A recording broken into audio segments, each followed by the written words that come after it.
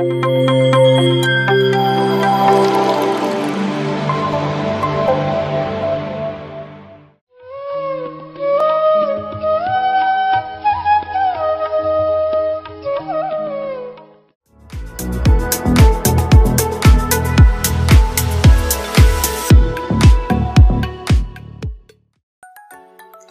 Friends, ಇವತ್ತಿನ ಸಾತ್ವಿಕ್ ಫುಡ್ಸ್ಗೆ ಸ್ವಾಗತ.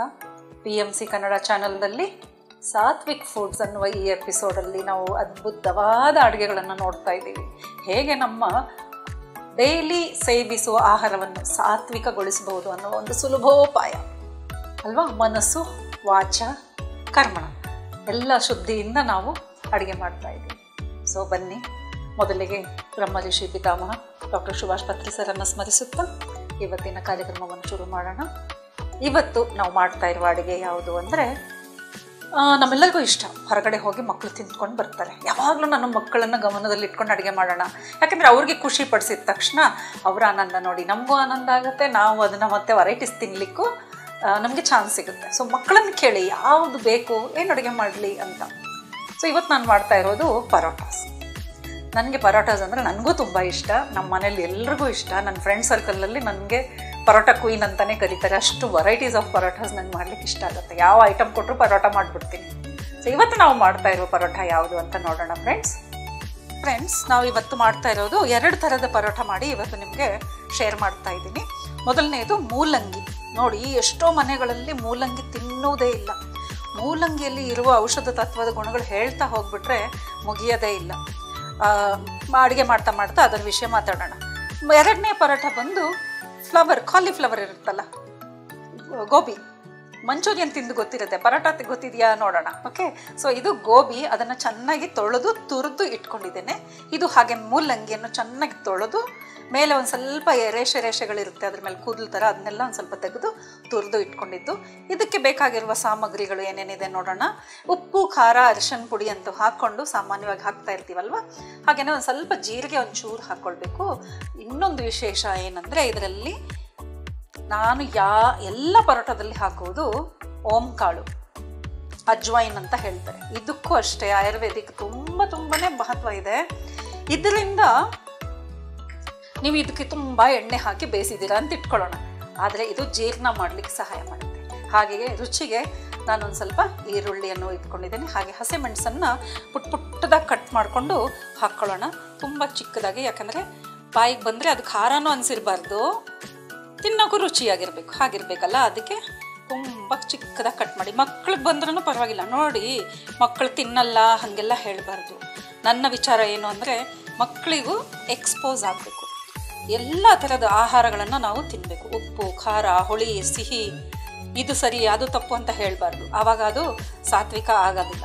ಸಾತ್ವಿಕ ಅಂದ್ರೇ ಪ್ರೀತಿಯಿಂದ ಆಹಾರವನ್ನು ಸೇವಿಸುವುದು. ಗಟ್ಟಿ ಆಹಾರ, ಅದು ನನಗೆ ಕಹಿ ಅದು ಇಷ್ಟ ಇಲ್ಲ, ಇದು ಹುಳಿ ನನಗೆ ಇಷ್ಟ ಇಲ್ಲ ಅಂತ ಅನ್ಬಾರ್ದು. ಸೊ ಹಾಗೆಯೇ ಹಸಿಮೆಣಸು, ಹಸಿ ಈರುಳ್ಳಿ, ಹಸಿ ತರಕಾರಿಗಳು ತಿನ್ನುವ ಅಭ್ಯಾಸ ಮಾಡಬೇಕು. ಮುಂದೆ ನೋಡೋಣ. ಪರೋಟ ಅಂದ ತಕ್ಷಣ ಹಿಟ್ಟು ಬೇಕೇ ಬೇಕು. ನಾನು ಮೈದಾ ಬಳಸೋದೇ ಇಲ್ಲ ಫ್ರೆಂಡ್ಸ್. ಇದು ಗೋಧಿ ಹಿಟ್ಟು. ಮನೆಯಲ್ಲೇ ಗೋಧಿ ತಂದು ಕ್ಲೀನ್ ಮಾಡಿ ಬೀಸಿದ್ದು. ನಮ್ಮ ಮನೆ ಹತ್ರ ಗಿರ್ನಿ ಇದೆ, ಲಕ್ಕಿಯಾಗಿ ಬ್ಯಾಂಗ್ಳೂರಲ್ಲಿ ಗಿರ್ನಿಗಳು ಸಿಕ್ಬಿಡುತ್ತೆ. ಸೊ ಅದನ್ನು ಈಗ ಒಂದು ಗಂಟೆ ಹಿಂದೆ ನಾನು ನೆನೆಸಿಟ್ಟಿದ್ದೀನಿ. ಹೀಗಾಗಿ ಅದು ಚೆನ್ನಾಗಿ ಸಾಫ್ಟಾಗಿರುತ್ತೆ. ಸೀಕ್ರೆಟ್ ಅದೇ ಫ್ರೆಂಡ್ಸ್. ಚಪಾತಿ ಯಾರ್ದು ಚೆನ್ನಾಗಾಗಲ್ಲ ಅಂತ ಬೇಜಾರಾಗ್ತಾ ಇದ್ದರೆ ನೀವು ಹೇಗೆ ಕಲಸಿ ಅದನ್ನು 1 hour ಇಡಬೇಕು.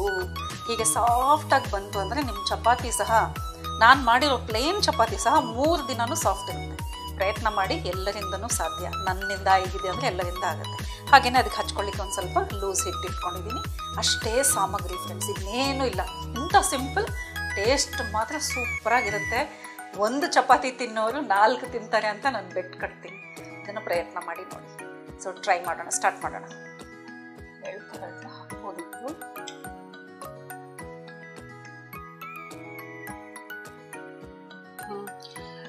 ಇದಕ್ಕೆಲ್ಲ ನಾನು ಸಾಮಗ್ರಿಗಳನ್ನ ಸೇರಿಸ್ತಾ ಇದ್ದೀನಿ.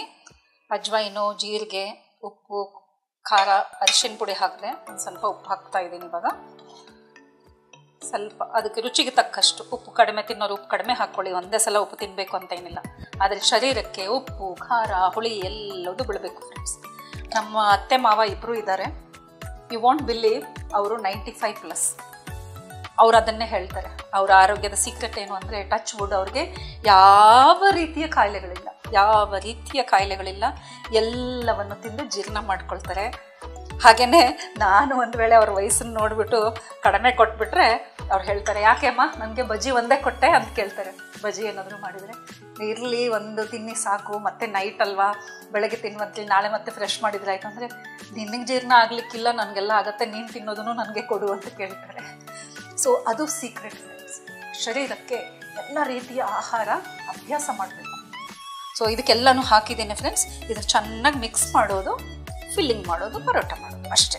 ಸೊ ಈ ಒಂದು ಫಿಲ್ಲಿಂಗ್ ರೆಡಿಯಾಗಿದೆ, 2 ಫಿಲ್ಲಿಂಗ್ ರೆಡಿ ಇದೆ. ಒಂದು ಮೂಲಿ ಫಿಲ್ಲಿಂಗು, ಹಾಗೆಯೇ ಗೋಬಿ ಫಿಲ್ಲಿಂಗ್. ನೋಡಿ ಎಲ್ಲ ಸಾಮಾನು ಹಾಕಿದ್ದೀನಿ, ಅದನ್ನು ಚೆನ್ನಾಗಿ ಮಿಕ್ಸ್ ಮಾಡ್ಕೊಳ್ತೀನಿ.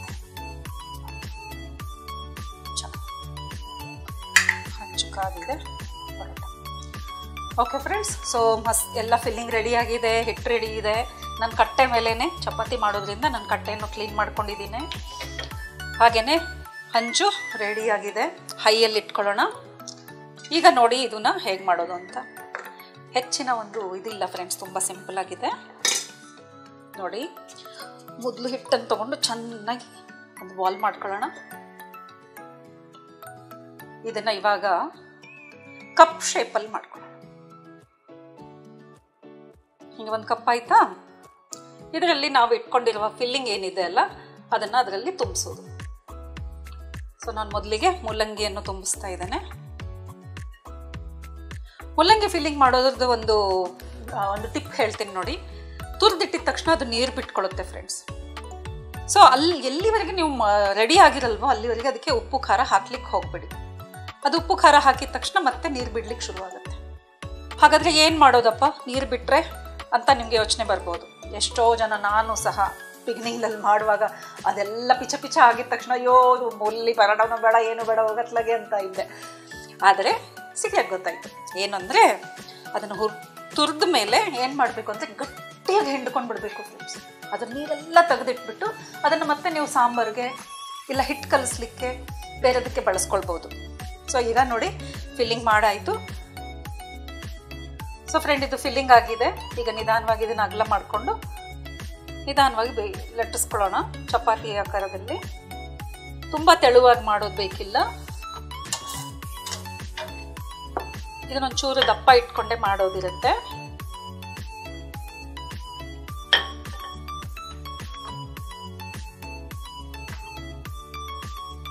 ಸೊ ಇದು ರೆಡಿ. ಇವಾಗ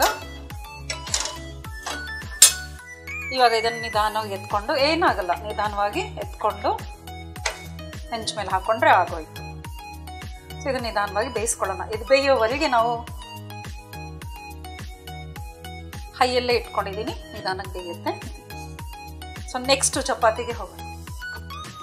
ಈಗ ನಾವು 2ನೇ ಪರೋಟ ನೋಡೋಣ, ಗೋಬಿ ಪರೋಟ ಹೇಗೆ ಅಂತ. ಫಿಲ್ಲಿಂಗ್ ಅಷ್ಟೇ ಡಿಫ್ರೆಂಟ್ ಫ್ರೆಂಡ್ಸ್. ಫಿಲ್ಲಿಂಗಿಂದ ಅದಕ್ಕೆ ಹೆಸರು ಬರುತ್ತೆ, ಆ ಪರೋಟ ಈ ಪರೋಟ ಅಂತ. ನೀವು ಯಾವ ವೆಜಿಟೇಬಲ್ ಬೇಕಾದರೂ ಮಾಡಿ. ಇದರಲ್ಲಿ ಇವಾಗ ಈ ಫಿಲ್ಲಿಂಗನ್ನು ಹಾಕ್ತಾ ಇದ್ದೇನೆ. ಹಾಗೆಯೇ ಇದನ್ನು ಕ್ಲೋಸ್ ಮಾಡೋದು ಒಬ್ಬಟ್ಟು ಮಾಡೋರಿಗೆ ಅಭ್ಯಾಸ ಇರುತ್ತೆ. ಹೊಸದಾಗಿ ನೋಡ್ತಾ ಇದ್ದರೆ ನೋಡ್ಕೊಂಡ್ಬಿಡಿ. ಇದನ್ನು ಫ್ಲ್ಯಾಪ್ಸ್ ಎಲ್ಲ ಹೀಗೆ ಮಾಡಿಕೊಂಡು ನಿಧಾನಕ್ಕೆ ಒಂದು ಚೂರು ಎಳೆದು ಮುಚ್ಕೊಳ್ತಾ ಹೋಗ್ಬಿಟ್ರೆ ಆ ಫಿಲ್ಲಿಂಗ್ ಆಚೆ ಬರೋಲ್ಲ. ನೋಡಿ, ಟೈಟ್ಲಿ ಪ್ಯಾಕ್ಡ್ ಆಗಿದೆ 2 ಕಡೆಯಿಂದ. ಈಗ ಇದನ್ನು ನಾವು ಲಟ್ಟಿಸ್ಕೊಳ್ಳೋಣ.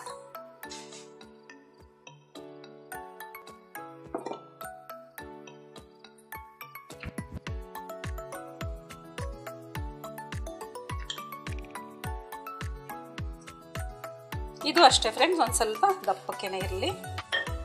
ಯಾಕೆ ನಾವು ಇಷ್ಟು ವೆರೈಟೀಸ್ ಆಫ್ ಪರೋಟಗಳು ಮಾಡಬೇಕು ಅಂದರೆ, ಮಕ್ಕಳು ಯಾವ ವೆಜಿಟೇಬಲ್ ತಿನ್ನಲ್ವೋ ನಾವು ಆ ಪರೋಟ ಮಾಡಿಬಿಟ್ರೆ ಆಗೋಯ್ತು, ಇಷ್ಟಪಟ್ಟು ತಿಂತಾರೆ.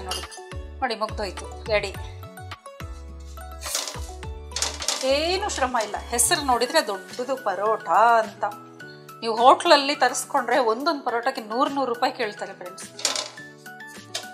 ನನಗನ್ಸುತ್ತೆ ಯಾವ ಪರೋಟ ಬೇಕಾದರೂ ನಾವು ಮನೇಲಿ ಮಾಡ್ಬೋದು. ಡ್ರೈ ಫ್ರೂಟ್ಸಿಂದ ಮಾಡ್ಬೋದು, ಗ್ರೀನ್ ವೆಜಿಟೇಬಲ್ಸ್ ಸಹ ನೀವು ಹಾಕಿ ಮಾಡ್ಬೋದು. ಎಲ್ಲ ಗ್ರೀನ್ಸ್ ಯಾವ್ಯಾವ್ದು ಇಷ್ಟನೋ ಸೊಪ್ಪುಗಳನ್ನೆಲ್ಲ ತೊಗೊಳ್ಳಿ, ಕಟ್ ಮಾಡ್ಕೊಳ್ಳಿ, ಅದಕ್ಕೆ ಬೇಕಾಗಿರುವ ಮತ್ತು ಈರುಳ್ಳಿ ಎಲ್ಲ ಹಾಕ್ಕೊಡಿ. ನೀವು ಬೇಕಿದ್ರೆ ಶುಂಠಿನೂ ಹಾಕ್ಬೋದು. ಆ ಥರ ಎಲ್ಲ ಹಾಕ್ಕೊಂಡು ಮಿಕ್ಸ್ ಮಾಡಿ. ಎಳ್ಳು ಒಂದೊಂದು ಸರ್ತಿ ನಾನು ಎಳ್ಳು ಹಾಕ್ತೀನಿ. ಚಳಿಗಾಲದಲ್ಲಿ ಎಳ್ಳು ತಿಂದರೆ ಒಳ್ಳೇದಲ್ವಾ, ಸೊ ಎಳ್ಳು ಹಾಕಿನೂ ಮಾಡ್ಬೋದು. ಇದರಲ್ಲೇ ನಾನು ಎಳ್ಳು ಮಿಕ್ಸ್ ಮಾಡ್ತೀನಿ. ಒಂದೊಂದು ಸಲಕ್ಕೊಂದು. ಈವನ್ ನೀವು ಸೋಂಪು ತಿಂತೀರಲ್ವ, ಸೋಂಪು ಹಾಕಬೇಕು. ಒಂದು ಸ್ವಲ್ಪ ಸೋಂಪು. ಈ ಸರ್ತಿ ನಾನು ಓಂ ಕಾಳು ಹಾಕಿದ್ದೆ, ಅಜ್ವೈನು.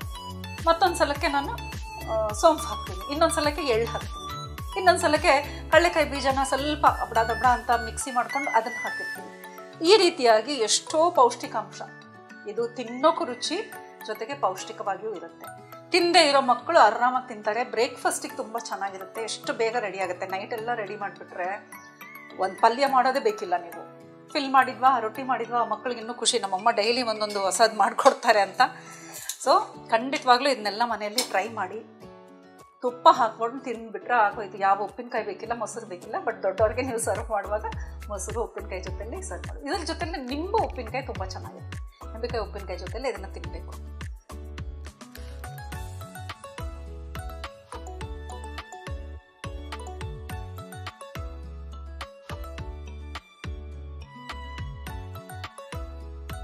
ಸೊ ಫ್ರೆಂಡ್ಸ್, ಮೂಲಿ ಪರೋಟ, ಗೋಬಿ ಪರೋಟ ರೆಡಿಯಾಗಿದೆ. ಈಗ ಹೇಗೆ ಸರ್ವ್ ಮಾಡೋದು ಅಂತ. Serving also is important. So ಮಕ್ಕಳಿಗೆ ಬೆಣ್ಣೆ ಇಷ್ಟ ಆದರೆ ಇದ್ರ ಮೇಲೆ ಒಂದು ಸ್ವಲ್ಪ ಬೆಣ್ಣೆಯನ್ನು ಹಾಕ್ತಾ ಇದ್ದೇನೆ. ಯೂಶ್ವಲಿ ಮನೆಯಲ್ಲಿ ಬೆಣ್ಣೆ ಮಾಡ್ತೀನಿ. ಈಗ ಕೆಲವು ತಿಂಗಳಿಂದ ಹಾಲು ಬಳಸ್ತಾ ಇಲ್ಲ, ಹೀಗಾಗಿ ಬೆಣ್ಣೆ ಮಾಡಲಿಕ್ಕೆ ಆಗ್ತಾ ಇಲ್ಲ. ಸೊ ಅಮೂಲ್ದು ತೊಗೊಂಡು ಬಂದು ಇಟ್ಕೊಂಡಿದ್ದೇನೆ. ಇನ್ನೊಂದಕ್ಕೆ ನಾನು ತುಪ್ಪವನ್ನು ಬಳಸ್ತಾ ಇದ್ದೇನೆ. ಬಿಸಿ ಬಿಸಿ ಇದರಲ್ಲಿ ತುಪ್ಪ ಹಾಕ್ಕೊಂಡು ಇಲ್ಲ ಬೆಣ್ಣೆ ಹಾಕ್ಕೊಂಡು ಒಂದೊಂದು ಹೋಳು ನಿಂಬೆಕಾಯಿ ಉಪ್ಪಿನಕಾಯಿ ಹಚ್ಕೊಂಡು ತಿಂತಾ ಇದ್ದರೆ ಸೂಪರಾಗಿರುತ್ತೆ ಫ್ರೆಂಡ್ಸ್. ಸೊ ಯಾರಿಗೆ ಯಾವ್ದು ಇಷ್ಟನೋ ಅದನ್ನು ಟೇಸ್ಟ್ ಮಾಡಿಕೊಂಡು ನನಗೆ ಕಮೆಂಟಲ್ಲಿ ಹಾಕಿ. ನಿಮ್ಗೆ ಯಾವ್ದು ಇಷ್ಟ ಆಯಿತು, ಯಾವುದು ಮಾಡುವಾಗ ನಿಮಗೆ ಯಾವ ಥರದ ತೊಂದರೆ ಆಯಿತು ಅದನ್ನು ಹೇಳಿದ್ರು ಸಹ ನಾನು ನಿಮಗೆ ಟಿಪ್ಸ್ ಹೇಳ್ತೀನಿ. ಅದನ್ನು ಹೇಗೆ ಸರಿ ಮಾಡ್ಕೊಳ್ಬೇಕು ಅಂತ. ಯಾರಾದರೂ ಹೊಸದಾಗಿ ಮಾಡ್ತಾಯಿದ್ರೆ ದಯವಿಟ್ಟು ಶೇರ್ ಮಾಡ್ಕೊಳ್ಳಿ. ತುಂಬಾ ಸುಲಭ, ಆರೋಗ್ಯಕರ. ಪರೋಟ ಅಂದರೆ ಯಾವುದೇ ಫಿಲ್ಲಿಂಗ್ಸಿಂದ ನೀವು ಯಾವ ಪಲ್ಯ ಮಾಡ್ಕೊಳ್ಬೇಕಂತ ಇದ್ದೀರಾ ಅದರಿಂದ ಫಿಲ್ಲಿಂಗ್ ಮಾಡಿಕೊಂಡು ಮಾಡುವುದೇ ಪರೋಟ ಆಗಿದೆ ಅಷ್ಟೇ. ಯಾವುದು ಮ್ಯಾಶ್ ಆಗಿ ಮಾಡ್ಲಿಕ್ಕೆ ಸಾಧ್ಯನೋ ಅದು ಪರೋಟ ಆಗುತ್ತೆ. ಇಲ್ಲ ಅಂದರೆ ಬೇರೆ ತರಕಾರಿಗಳನ್ನು ಹಿಟ್ಟಲ್ಲಿ ಕಲಸಿ ನಾವೆಲ್ಲ ಮಾಡ್ತಾ ಇರ್ತೀವಿ, ಅದನ್ನು ಒಂದಿನ ನೋಡೋಣ. ಅದು ಒಂಥರ ಬೇರೆ ಥರ ಆಗುತ್ತೆ. ಮಿಕ್ಸ್ಡ್ ವೆಜಿಟೇಬಲ್ಸ್ ಎಲ್ಲ ಹಾಕಿ ಮಾಡೋದು ಹೇಗೆ ಅಂತ. So thank you very much friends. PMC Kannada ಚಾನಲಲ್ಲಿ ಈ ಸಾತ್ವಿಕ ಫುಡ್ ಈ ಎಪಿಸೋಡ್ಸ್ ಬರೋದ್ರಿಂದ ನಮ್ಮೆಲ್ಲರಲ್ಲಿ ಮಾತಾಡ್ತಾ ಇದ್ದೀವಿ. ಸಾತ್ವಿಕವಾಗಿ ತಿನ್ನಬೇಕು, ಸಾತ್ವಿಕವಾಗಿ ವಿಚಾರ ಮಾಡಬೇಕು ಅಂತ. ಹೇಗೆ ಸ್ವಾಧ್ಯಾಯ ನಡೀತಾ ಇದೆ, ಧ್ಯಾನ ನಡೀತಾ ಇದೆ. ಆದರೆ ಸಾತ್ವಿಕ್ ಫುಡ್ನು ಹೇಗೆ ಮನೆಯಲ್ಲಿ ನಾವು ಎಕ್ಸ್ಪೆರಿಮೆಂಟ್ ಮಾಡಬಹುದು ಅನ್ನೋದಕ್ಕೆ ಈ ಎಪಿಸೋಡ್ ನಮಗೆ ತುಂಬಾ ಇನೋವೇಟಿವ್ ಆಗಿದೆ, ಖುಷಿ ಕೊಡ್ತಾ ಇದೆ ಅಷ್ಟೇ. ನಾವು ಮಾಡೋಣವಾ ಅಂತ ಒಬ್ರಿಗೊಬ್ರು ನಾವು ಮಾತಾಡಿಕೊಂಡು ಮಾಡೋ ಥರ ಆಗ್ತಾ ಇರೋದ್ರಿಂದ ತುಂಬ ಆನಂದ. Thank you very much. ಇದನ್ನೆಲ್ಲ ಫಾಲೋ ಮಾಡ್ತಾ ಇದ್ದೀರಾ, ಪ್ರೀತಿ ತೋರಿಸ್ತಾ ಇದ್ದೀರಾ. Thank you. ಮುಂದಿನ ಎಪಿಸೋಡನ್ನು ವೇಟ್ ಮಾಡಿ. ಮತ್ತೆ ಹೊಸ ಡಿಶಸ್ ಜೊತೆಗೆ ಬರ್ತೀವಿ ಅಂತ ಹೇಳ್ತಾ ಇವತ್ತಿನ ಎಪಿಸೋಡನ್ನು ಇಲ್ಲಿಗೆ ಮುಗಿಸೋಣ friends. Thank you very much. PMC Kannada channel ಅನ್ನು ಲೈಕ್ ಮಾಡಿ, ಶೇರ್ ಮಾಡಿ, ಸಬ್ಸ್ಕ್ರೈಬ್ ಮಾಡಿ ಮತ್ತು ಮಾಡಿಸಿ. ಎಲ್ಲರಿಗೂ ಧನ್ಯವಾದಗಳು.